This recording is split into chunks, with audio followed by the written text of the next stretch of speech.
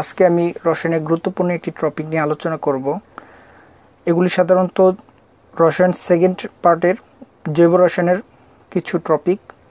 তো এই টপিকগুলো হচ্ছে ইলেকট্রোফাইল এবং নিউক্লিওফাইল। তো বিভিন্ন পরীক্ষায় খ নম্বর কোশ্চেনে এসে থাকে ইলেকট্রোফাইল কী বা নিউক্লিওফাইল কী এবং উদাহরণ দাও, এবং অ্যাডমিশন টেস্টে তো প্রতি বছর প্রচুর এসে থাকে। তো আমি এখন চলে যাই সেই ইলেকট্রোফাইল এবং নিউক্লিওফাইল কীভাবে চিনতে হবে।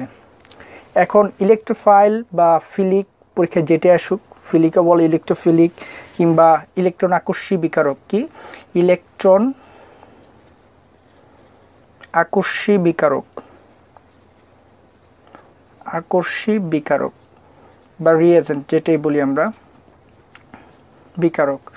তো এখন বড় কথা হলো যে ইলেকট্রন আকর্ষী বিকারক, এখানে এই কথার মাধ্যমে বা এই নামের মাধ্যমে আমরা বুঝতে পারছি যে এদের কি ইলেকট্রনের ঘাটতি থাকে। কি ইলেকট্রনের ঘাটতি থাকে, ইলেকট্রনের ঘাটতি থাকে, ঘাটতি থাকে। আর যেহেতু এগুলি ইলেকট্রনের ঘাটতি থাকে এইসব বিকারকের বা এইসব মূলকের বা মৌলের, তো সেক্ষেত্রে এরা সাধারণত কি হয়, ইলেকট্রনের প্রতি কি এদের আকর্ষণ বেশি থাকে বা এরা ইলেকট্রন লাভার হয়। কি ইলেকট্রন লাভার, এক কথায় যে সহজ ভাষায় বলি আমরা ইলেকট্রন লাভার বলে এদের। তো এদের সাধারণত ই দ্বারা চিহ্নিত করা হয়। কি ই ধারা, ইলেকট্রোফিলিককে কি দ্বারা প্রকাশ করে, ই ধারা। তো এখন ইলেকট্রোফিলিক সাধারণত দুই ভাগে ভাগ করা ইলেকট্রোফিলিককে, ইলেকট্রোফিলিক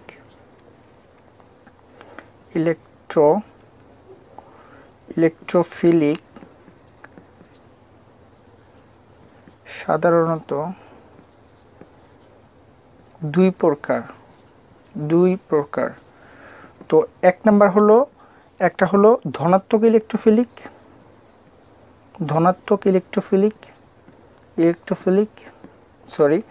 ইলেকট্রোফিলিক লিখতে হবে, নাহলে আমরা বুঝে ফেলবো যে ইলেকট্রন সেটি। তো ইলেকট্রোফিলিক, তো ধনাত্মক ইলেকট্রোফিলিক দ্বারা আমরা কি বুঝতে পারছি, ধনাত্মক ইলেকট্রোফিলিক দিয়ে বুঝতে পারছি এটা হলো কি ধনাত্মক আয়ন থাকবে, মানে পজিটিভ আয়ন থাকবে, আয়ন। ঠিক আছে। তো আরেকটা হলো প্রশমন ইলেকট্রোফিলিক, প্রশমন ইলেকট্রোফিলিক।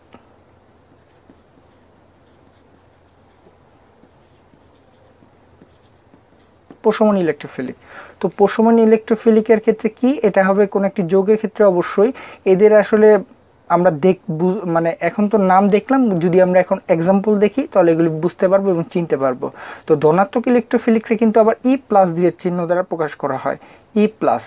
তো আমরা এখন মানে এতটুকু ধারণা নিতে পারলাম যে ইলেকট্রোফিলিক কি, ইলেকট্রোফিলিকের যে ব্যাপারটা হলো কি ইলেকট্রন কম থাকে এবং এরা দুই প্রকার হয়। এরা সাধারণত কি ধনাত্মক ইলেকট্রোফিলিক হয় এবং কি প্রশমন ইলেকট্রোফিলিক হয়।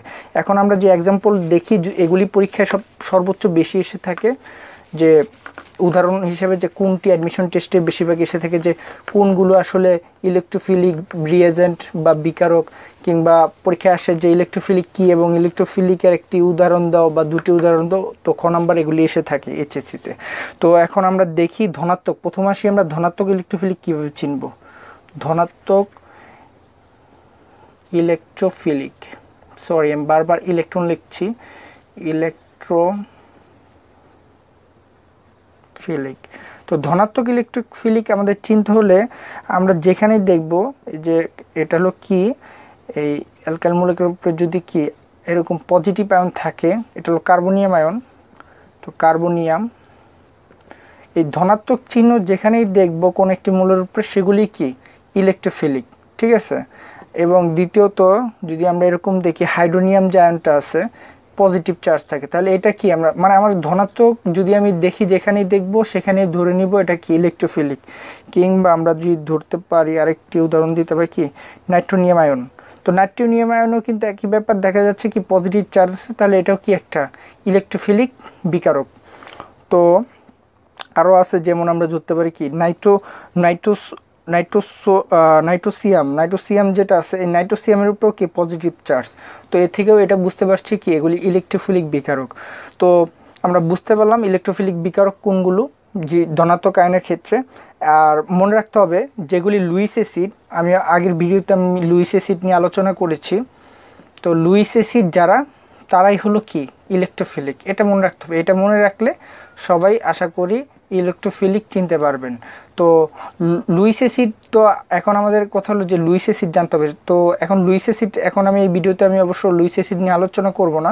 তো আমি আগের যে লেকচারগুলি আছে লুইস অ্যাসিড ক্ষার আমি মানে আলোচনা করেছি। তো এখান থেকে যদি ওই ভিডিওটা দেখা মানে হয়, তাহলে অবশ্যই কি ইলেকট্রোফাইল বা নিউক্লিওফাইল এগুলি সব চিনতে পারবেন। তো এখন আমি চলে যাই যে এবার প্রশমন ইলেকট্রোফিলিক কোনগুলো। প্রশমন ইলেকট্রোফিলিক,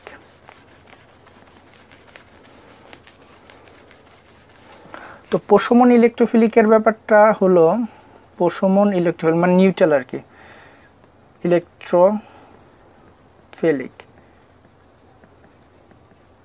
তো প্রশমন ইলেকট্রোফিলিকের ব্যাপারটা হলো এই যে যৌগগুলি থাকবে, এই যৌগগুলোর কেন্দ্রীয় পরমাণুতে ইলেকট্রনের ঘাটতি থাকবে।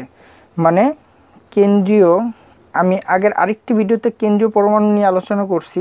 তো কেন্দ্রীয় পরমাণুর ব্যাপারটা আপনার ভিডিও থেকে দেখলে আপনারা ক্লিয়ার হবেন। তো সেই ভিডিওটি দেখবেন। তো কেন্দ্রীয় পরমাণুর ইলেকট্রনের ঘাটতি মানে অষ্টকে কম, মানে ইলেকট্রন কম থাকে আর কি কেন্দ্রীয় পরমাণুতে। তাহলে কেন্দ্রীয় পরমাণুর ইলেকট্রন ঘাটতি থাকলে সেইগুলো বা সেই যৌগগুলো কি, সেই যৌগগুলো হলো ইলেকট্রোফিলিক বিকারক, ইলেকট্রোফিলিক বিকারক।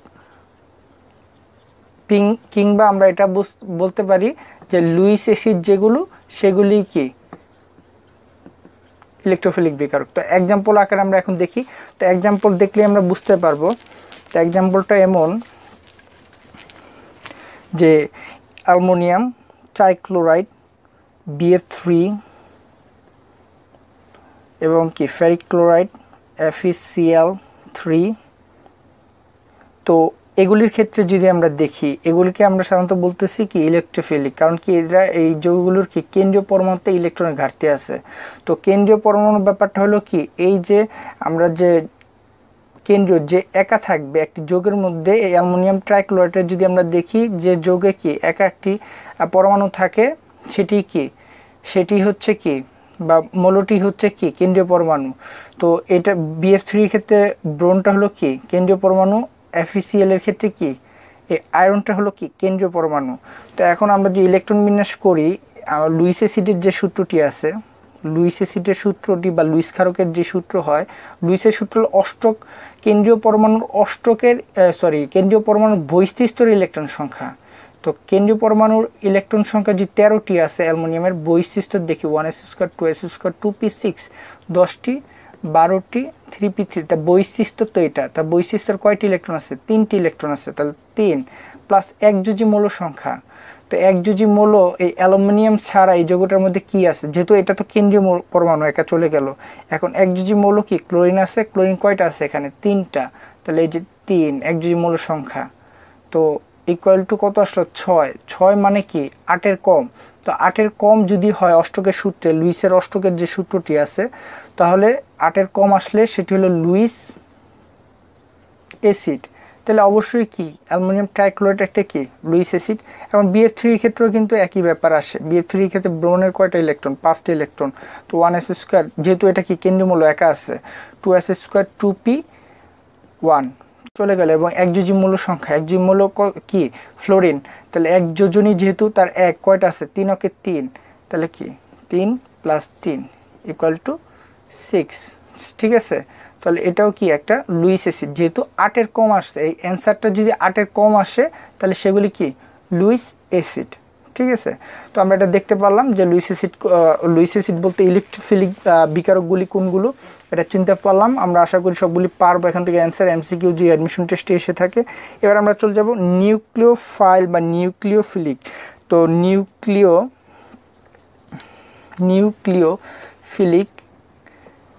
নিউক্লিওফিলিকের ক্ষেত্রে কিন্তু ব্যাপারটা হলো কি, এরা এখান থেকে বোঝা যাচ্ছে কি এরা নিউক্লিয়াসকে কি করে, নিউক্লিয়াসকে আকর্ষণ করে বা নিউক্লিয়াস আকর্ষী বিকারক, নিউক্লিয়াসকে আকর্ষণ করে থাকে।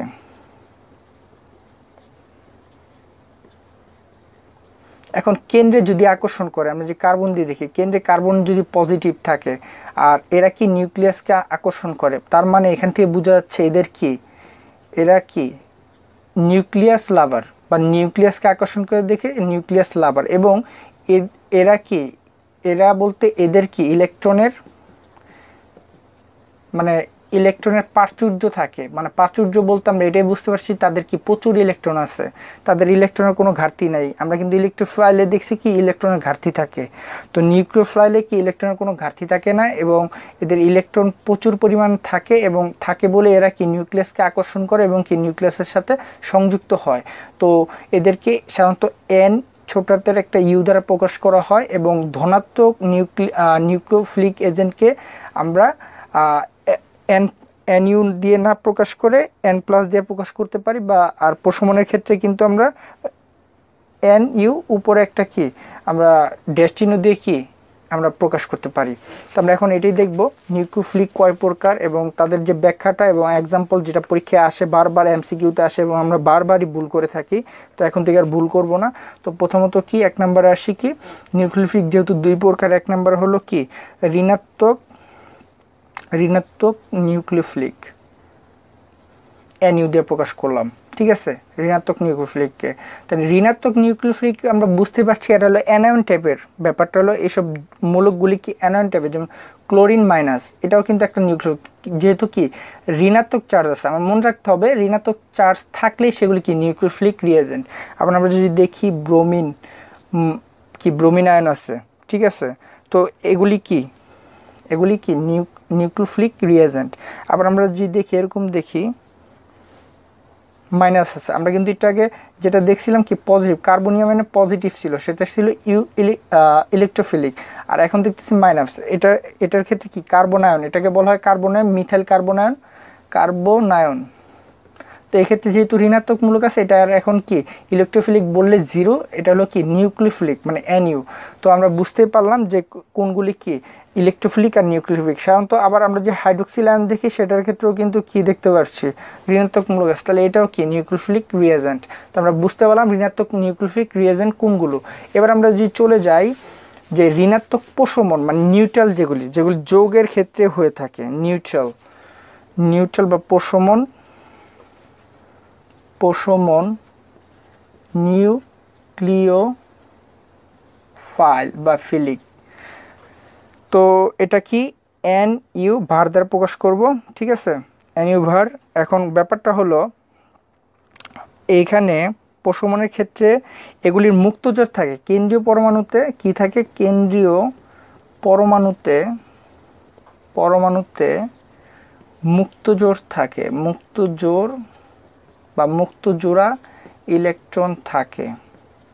তাহলে আমরা যদি আমি যে ভিডিওটার কথা বারবার বলতেছি, আমি যে লুইস সিট নিয়ে একটি ভিডিও করেছি, লেকচার দিয়েছি, সেখানে আমরা লুইস ক্ষারক চিনতে পারি এবং মুক্তজোড় চিনতে পারি, মুক্তজোড়ের আরেকটি ভিডিও করা হয়েছিল, মুক্তজোড় কোন মৌলগুলির মধ্যে থাকে সেগুলি যদি চিনতে পারি তাহলেই কিন্তু আমরা কি নিউক্লিওফিলিক যে প্রশমন যে রিয়েজেন্টগুলি আছে সেগুলি চিনতে পারবো। তো এখন কথা হলো আমরা এখানে এসে পড়ি যে কি ওয়াটার মধ্যে আমরা কি H2O, তো ওয়াটারের মধ্যে আমরা কি দেখতে পাচ্ছি অক্সিজেনের মধ্যে কি 2 জোড়া কি মুক্তজোড় থাকে, তাহলে এটা অবশ্যই কি নিউক্লিওফিলিক। আবার আমরা যদি এখন দেখি আর মূলক দিয়ে OH, তো এটা কি, এটা হলো কি অ্যালকোহল মূলক, অ্যালকোহল মধ্যেও কিন্তু কি অক্সিজেনের মধ্যে কি থাকে মুক্তজোড় থাকে, তাহলে এটাও কি নিউক্লিওফিলিক। আবার আমরা যদি দেখতে পারি, আমরা যদি দেখি সায়ানাইড মূলকটা, ঠিক আছে, সায়ানাইডের ক্ষেত্রেও কিন্তু একই ব্যাপার হয়ে যাচ্ছে। সায়ানাইডের ক্ষেত্রে আমরা কি দেখতে পাচ্ছি, এই যৌগটার মূলক কি সায়ানাইডের নাইট্রোজেনের কি এক জোড়া মুক্তজোড় থাকে, তো এটাও কি একটা প্রশমন নিউক্লিওফিলিক। আবার আমরা যদি দেখি যে এই মূলকটার ক্ষেত্রে এটা কিন্তু সায়ানাইড মূলক, আর এটা হলো নাইট্রোসিয়াম মূলক, যে কার্বনের উপরে মুক্তজোড় থাকে সেটাকে বলা হয় নাইট্রোসিয়াম মূলক। তো এই নাইট্রোসিয়াম মূলকেও কিন্তু একই ব্যাপার যে কি এটাও কি নিউক্লিওফিলিক। তো আমরা চিনতে পারলাম নিউক্লিওফিলিক কোনগুলো বা ইলেকট্রোফিলিক কোনগুলো। যদি এবার আমি বলে দিই, যদি এরকম না দিয়ে কোনো একটা যৌগ দিয়ে দেয় ডিরেক্ট, যেমন SF6, এটা কি আমরা কি বলবো SF6 এর ক্ষেত্রে এটা কি ইলেকট্রোফিলিক বা নিউক্লিওফিলিক কোনটি বলবো? এখন এটাও কিন্তু ওই আগের আমার যে ভিডিওটি আছে লুইস অ্যাসিডের, সেখানে আমরা যদি দেখি তাহলে বুঝতে পারবো। তো এটাও কি ওই লুইসের যে সূত্রটি আছে সেটা প্রয়োগ করতে হবে। কেন্দ্রীয় মূল্য, এখানে কেন্দ্রীয় S² 2S² 2p6 3s2, তাহলে কত হলো 10টা 12টা 3p4। তো আমরা লুইসের অষ্টকের সূত্রটা হলো কি যে কেন্দ্রীয় পরমাণু এবং কেন্দ্রীয় পরমাণু কি হয় একা থাকে, তা কেন্দ্রীয় পরমাণু বহিঃস্তর ইলেকট্রন, তা কেন্দ্রীয় পরমাণু বহিঃস্তর ইলেকট্রন কয়টি? 6টি, তাহলে 6 যোগ সূত্রের যোগ, অষ্টকের সূত্রের যে লুইসের সূত্রটা আছে যোগ দিয়ে এখন কি করতে হবে, কেন্দ্রীয় পরমাণু ছাড়া সেই যৌগটার ক্ষেত্রে দেখতে হবে কি একযোজী মৌল আছে কিনা। কারণ ফ্লোরিন আমরা কি দেখতে পাচ্ছি, ফ্লোরিনের ফ্লোরিন কিন্তু যোজনী 1, তাহলে একযোজী মৌল সংখ্যা তাহলে কয়টা আছে ফ্লোরিন? 6টা, তাহলে 6 কে 6, তাহলে কত হলো 12, এবং 12 হলে এখানে কি তাহলে কি 8-এর বেশি ইলেকট্রন। আর যেহেতু এটা 8-এর বেশি আছে সেহেতু কি বলতেছি, এটা একটা কি নিউক্লিওফিলিক, এবং এটা 8-এর বেশি থাকলে সেটা হলো লুইস ক্ষারক। আর লুইস ক্ষারক যদি আমরা চিনি, লুইস ক্ষারক ইকুয়াল টু নিউক্লিওফিলিক, এটা আমাদের মনে রাখতে হবে। এই নোটটা খুব গুরুত্বপূর্ণ একটি নোট, মানে যত প্রকার লুইস ক্ষারক থাকবে সবগুলি নিউক্লিওফিলিক, যত প্রকার লুইস অ্যাসিড হবে সবগুলি কি ইলেকট্রোফিলিক। তো আমরা আজকের লেকচারে এটাই বুঝতে পারলাম যে কোনগুলো কি নিউক্লিওফিলিক এবং কোনগুলো ইলেকট্রোফিলিক, এবং নিউক্লিওফিলিকের সাথে যে কি লুইস অ্যাসিডের একটি সম্পর্ক রয়েছে, গুরুত্বপূর্ণ সম্পর্ক, যে একটা পারলে আমরা আরেকটা পারবো। আর এগুলি বারবার বলে দিলাম, এগুলি কি অ্যাডমিশন টেস্টে 90% মানে শিওর যে কোনো না কোনো পরীক্ষা অ্যাডমিশনের কোনো না পরীক্ষা এসে থাকে।